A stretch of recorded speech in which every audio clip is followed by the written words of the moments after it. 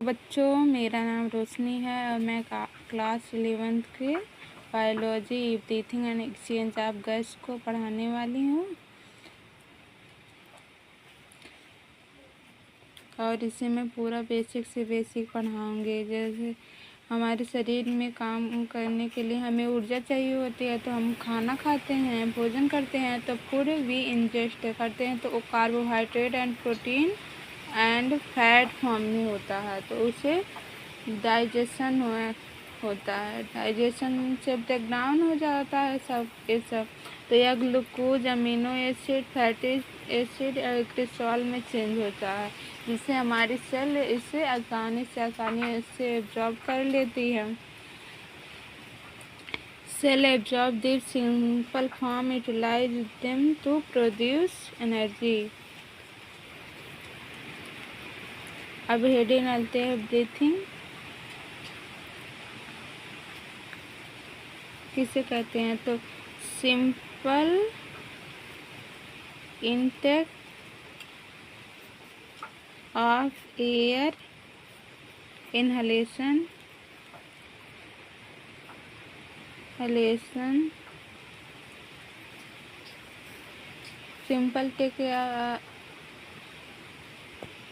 Simple intake of air, इसको कहते हैं इनहलेशन एंड एक्सहेलेशन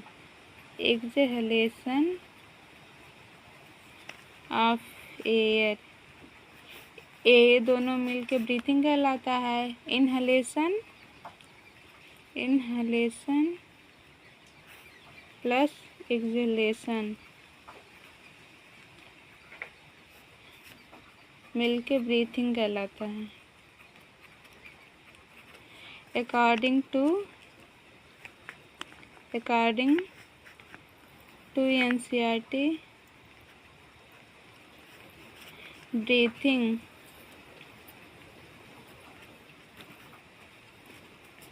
commonly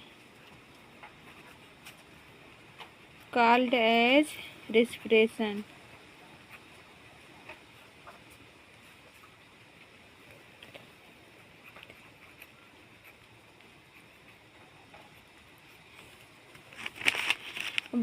जो रिस्पिरेशन होता है, इसमें 5 स्टेप लगते हैं। जैसे breathing, external respiration, internal respiration, transport of gases, cellular respiration होता है। ब्रीथिंग मतलब जैसे हम हवा को इनहेल करते हैं, जब हमारे अंदर हवा जाती है उसे इनहलेशन कहते हैं। तो ब्रीथिंग पहला स्टेप हो गया। स्टेप इन्वॉल्व इन रिस्पिरेशन,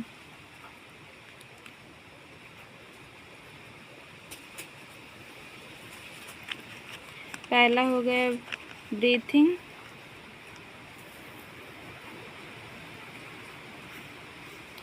दूसरा हो गया एक्सटर्नल रिस्पिरेशन,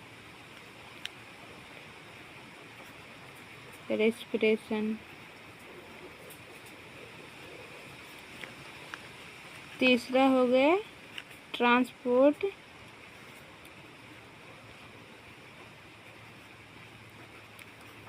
ऑफ गैसेस, चौथा हो गया इंटरनल रिस्पिरेशन,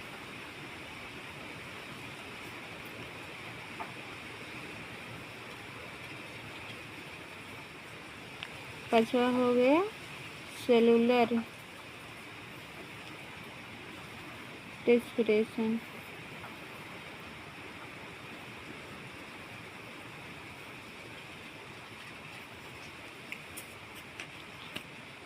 यही पांचों स्टेप जो हम लोग इस चैप्टर में पढ़ते हैं। ब्रीथिंग जैसे हम हवा को अपने अंदर इनहेल करते हैं, उसे ब्रीथिंग कहते हैं। एक्सटर्नल रिस्पिरेशन को एक्सचेंज या diffusion of gas between alveoli and pulmonary capillary. Alveoli को जानते हैं, जो बल्ब लाइक होता है वो होता है, और ट्रांसपोर्ट ऑफ गैसेस जैसे सिस्टमेटिक कैपिलरी और टिश्यू में जो गैसेस ट्रांसपोर्ट होते हैं उससे कहते हैं। इंटरनल एक्सप्रेशन जो एक्सचेंज या diffusion of gases between systemic capillary and tissue. पांचवा होता है cellular activity, cellular respiration sorry. अब देखिए हमारे जो आसपास जितने भी एनिमल होते हैं, जितने भी जीव जंतु होते हैं, उनका रिस्पिरेटरी सिस्टम अलग अलग होता है। जैसे रिस्पिरेशन अलग अलग तरीके से होता है, उनमें अलग अलग ऑर्गन होता है रिस्पिरेशन करने के लिए। तो रिस्पिरेटरी ऑर्गन जो रिस्पिरेटरी ऑर्गन है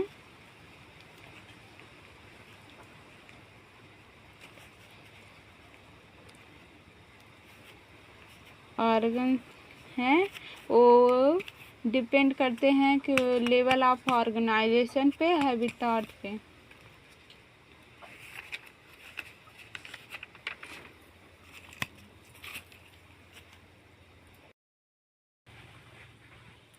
आज हम बस इतना ही इसका इंट्रो जानेंगे और कल से हम रिस्पिरेटरी ऑर्गन, हर जीव जंतु का रिस्पिरेटरी ऑर्गन जानेंगे। वहाँ से शुरुआत करते हैं। कृपया करके मेरी वीडियो ज़रूर से ज़रूर देखें, लाइक एंड सब्सक्राइब करना ना भूलें।